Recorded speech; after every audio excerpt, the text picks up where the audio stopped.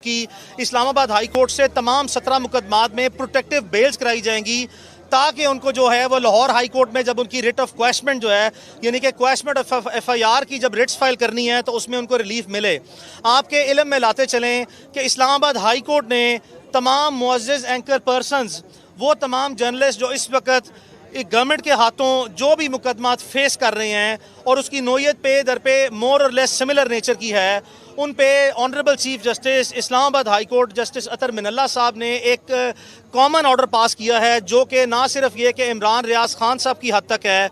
बल्कि इसमें समी इब्राहिम साहब, इसमें अरशद शरीफ साहब, डॉक्टर मोहित पीरज़ादा, इन सब की हद तक ये ऑर्डर पास किया है। ऑर्डर बहुत कैटेगोरिकल नेचर का है जिसमें IG इस्लामाबाद और डिप्टी कमिश्नर इस्लामाबाद को कैटेगोरिकल डायरेक्शन है कोर्ट की तरफ से कि पूरे मुल्क में जितने सहाफ़ी या एंकर पर्सनस के ख़िलाफ़ मुकदमा दर्ज हैं उसके बावजूद भी कोई भी किसी एंकर पर्सन को जो कि पटिशनर्स हैं honourable chief justice Islamabad high court की कोर्ट के प्रायर परमिशन से उनकी पेश की इजाज़त के बगैर with in the territorial jurisdiction of Islamabad arrest नहीं किया जा सकता। आपने इमरान रियाज खान की वो वीडियो देखी है जो कि अब पब्लिक हो गई है जिसमें उन्होंने वाज़े तौर पर ये बताया और ये वाज़े किया कि उनको इस्लामाबाद के टोल प्लाज़ा से अरेस्ट किया गया है। और इमरान रियाज खान के मुताबिक और उनके साथ एक और उनके कुलीग जर्नलिस्ट हैं शीरीज़ादा साहब जो कि KPK से हैं, एक्सप्रेस न्यूज़ में मुझे याद है कि वो सर्व करते रहे हैं, उन्होंने भी कंफर्म किया है कि हम with in the territorial jurisdiction of Islamabad मौजूद हैं और यहाँ से पंजाब पुलिस के 6 से ज़ायद SHOs और DSP और तकरीबन 70 से ज़ायद पुलिस वाले जो हैं वो इमरान खान को ज़बरदस्ती करते हुए बावजूद इसके कि उनको ये बताया गया कि आप इस्लामाबाद हाई कोर्ट के ऑनरेबल चीफ जस्टिस साहब के ऑर्डर की वायलेशन कर रहे हैं, उनको अरेस्ट करके लेके गए हैं। हम अदालत के इंतहाई शुक्रगुजार हैं कि रात के इस पैर भी honourable chief justice Islamabad high court Athar Minallah साहब ने हमें बहुत ग्रेस शो की है। हमें जो कंटेम्प्ट प्रोसीडिंग हमने इनिशिएट की है उसको बाज़ाब्ता नंबर जो सा जारी किया है और उस पर बाज़ाब्ता ऑर्डर जारी किया है जिसके मुताबिक कल सुबह 10 बजे IG इस्लामाबाद से रिपोर्ट तलब की गई है कि बताया जाए कि अदालत के ऑर्डर की वायलेशन क्यों की गई है। मैं आपको फिर बताता चलूँ कि इमरान की बोनाफाइड इंटेंशन अपने आप को कोर्ट ऑफ लॉ के सामने सरेंडर करने की है कि जो ही मुकदमा दर्ज हुए, जो ही उनके लाइसेंस कैंसिल हुए, विद इन 24 आवर्स 24 घंटे के अंदर अंदर इमरान ने अदालती कार्रवाइयों का सामना किया और 2 अदालतों ने, लाहौर हाई कोर्ट की मुअज़्ज़िज़ अदालतों ने उनकी फेवर में रिलीफ जारी किया है और इस वक्त भी इमरान उसी इंटेंशन को कैरी आउट करते हुए इस्लामाबाद हाई कोर्ट में सरेंडर करने आ रहे थे for the purpose of protective pre arrest bell. तो ये आज के हकायक हैं। एक मरतबा फिर इस्लामाबाद हाई कोर्ट का बहुत शुक्रिया। थैंक यू जी। अच्छा सर, एक सेकंड में अब इस केस में जो मेन केस है उसमें मैं अरशद शरीफ, ये जो बात हो रही है, अरशद शरीफ साहब, डॉक्टर मोहित पीरज़ादा, उसके अलावा इमरान रियाज और समी इब्राहिम की तरफ से ऑलरेडी मैं एक केस फाइल कर चुका हूँ जिसमें इसी मुअज़्ज़ज़ अदालत ने ये ऑर्डर बड़े कैटेगोरिक अंदाज में कहा है कि जो फ्रीडम ऑफ स्पीच है, फ्रीडम ऑफ प्रेस है, उसको इस मुल्क में किसी भी तरीके से रोका नहीं जा सकता। और ये जो FIA वाले और जो पुलिस वाले केसेस बना रहे हैं, ख़ासकर पिछली तारीख पे उनसे पूछा गया था कि बताइए आप ये केसेस क्या बना रहे हैं, तो उन्होंने कहा कि जी थ्रेट किया जा रहा है अदारों को, जिस पे इस्लामाबाद हाई कोर्ट के चीफ जस्टिस साहब का ये कहना था कि क्या अदारे इतने कमज़ोर हैं कि सहाफ़ी अगर अपनी कोई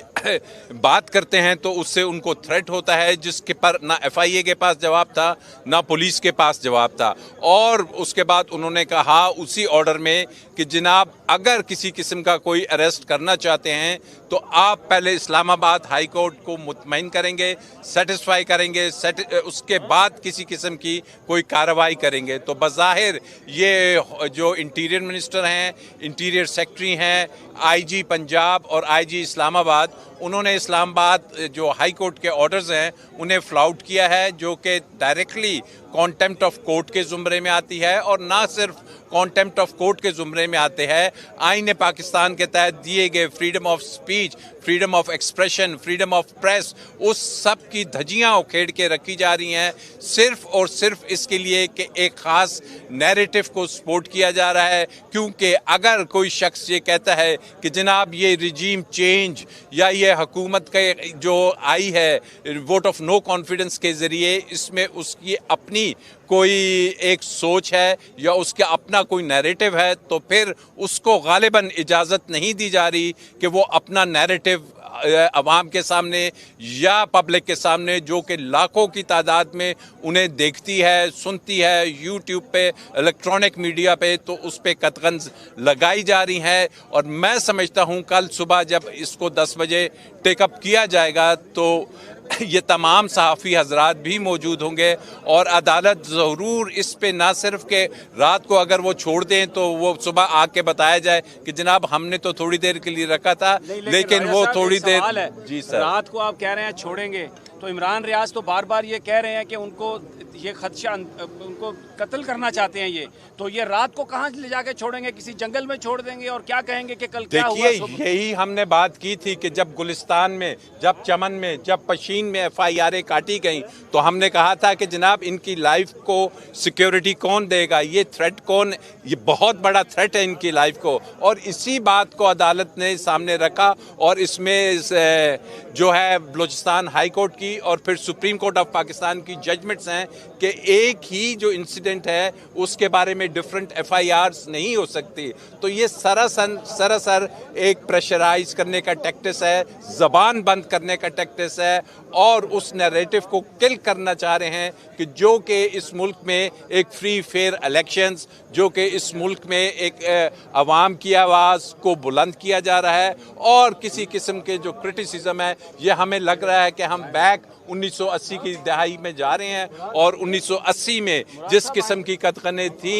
ये वही दोबारा रेपिटिशन है। तो इसमें खासकर जो हमारे PTI, आइए मुराद साहब।